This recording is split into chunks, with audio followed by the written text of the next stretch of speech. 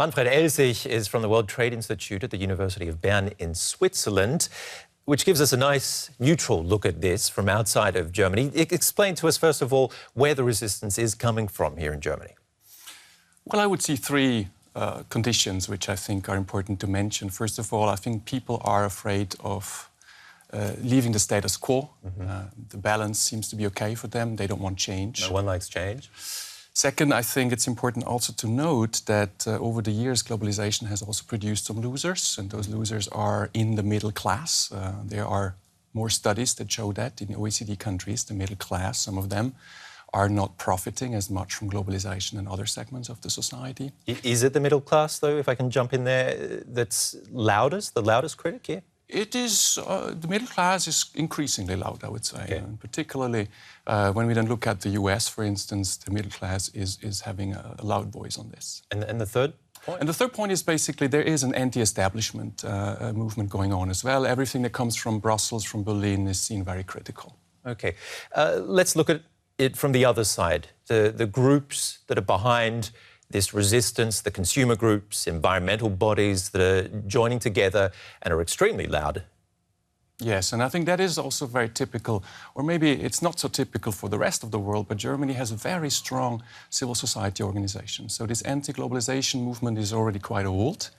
They are able to mobilize. They have lots of funds, actually, and they have great marketing and tactics. So where are they getting all those funds from? I think mostly individuals who I've described who are not happy with the current situation and who will be funding this type of activities. So that's one thing. The other thing I think we need to mention also is that, of course, parties on the right and the left are also mobilizing and are using these fears that develop and make politics. And more, it's the parties on the right, from what I understand, here in Germany, the AfD, the National Front in France, even as far away as the United States and Mr. Trump. Right. I think we see it, but we also see it on the left. Think about the Linke in Germany. They also have been for some time critics and will continue to be critics of these types of, in particular, trade agreements. Maybe not so much CETA with Canada, but if you think about TTIP with the US, I mean, there's also then some anti-US feelings that might play a role here. Is Mr. Trump's opposition to globalization the same opposition that we're experiencing here in Europe? You see similar reactions. Now, of course, I think the US presidential campaign is a specific context in which that happens. You see not just Donald Trump voicing concerns on trade agreements such as TPP, the Trans-Pacific Partnership, where the US has been negotiating with Pacific partners, but also Hillary Clinton has changed her view on TPP, sorry. So there's a lot to win on the political side as well. We'll get back to the deals themselves in a moment, Mr. Elsig. First, let's run through some of the biggest trade deals for you. The European Union currently has over 40 economic and trade agreements with countries all over the world. Those who favor more treaties say they increase prosperity for all by simplifying trade, lowering tariffs, and increasing exports. Entire regions are creating free trade blocs like NAFTA, made up of the US, Canada, and Mexico. In South America, many countries have signed on to the Mercosur trade alliance. ASEAN has brought together countries in Southeast Asia, and GAFTA aims to stimulate trade in the Pan-Arab region. The new round of agreements encompasses even larger areas. If the TPP goes into force, it'll include 12 Pacific Rim nations and affect a third of all global trade. CETA aims to reduce trade barriers between Canada and the European Union, and TTIP is seeking to do the same between the US and the EU. But those last two proposed agreements have been heavily criticized because they would regulate not only trade, but also areas like environmental protection, human rights, labor law, security, and data protection.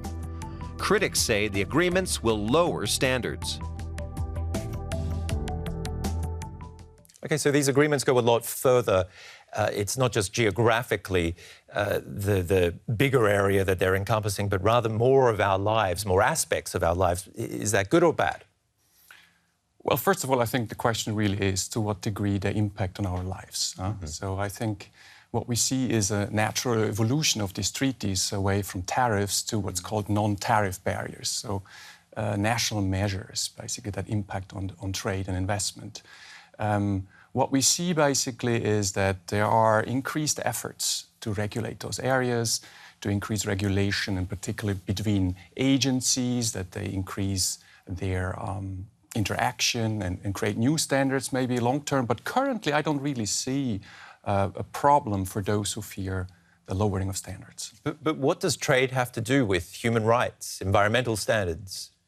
Well, I think this is also historically, we have to see this historically, that in particular in North-South agreements between developed and developing countries, more and more of these non-trade issues are being taken up.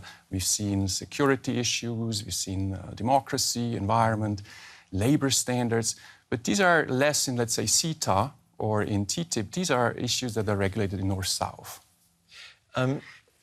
Would you say that at the moment this is all playing into politicians' hands, and that what we could see as a result is the voters who are voting for these politicians from the left or right could be voting for policies that further impoverish them? This might be a bit of a paradox, right? I think these agreements, in particular CETA and TTIP, they will, on the aggregate, create wealth and they will create growth in countries like Germany. But it's hard to make this point for a politician, right? And so I think Germany is in a constant election cycle.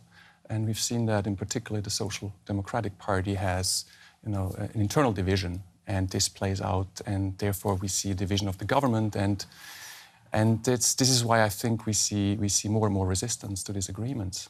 Okay, Mr. Elzy, thank you very much for coming in today and pulling apart this story for us.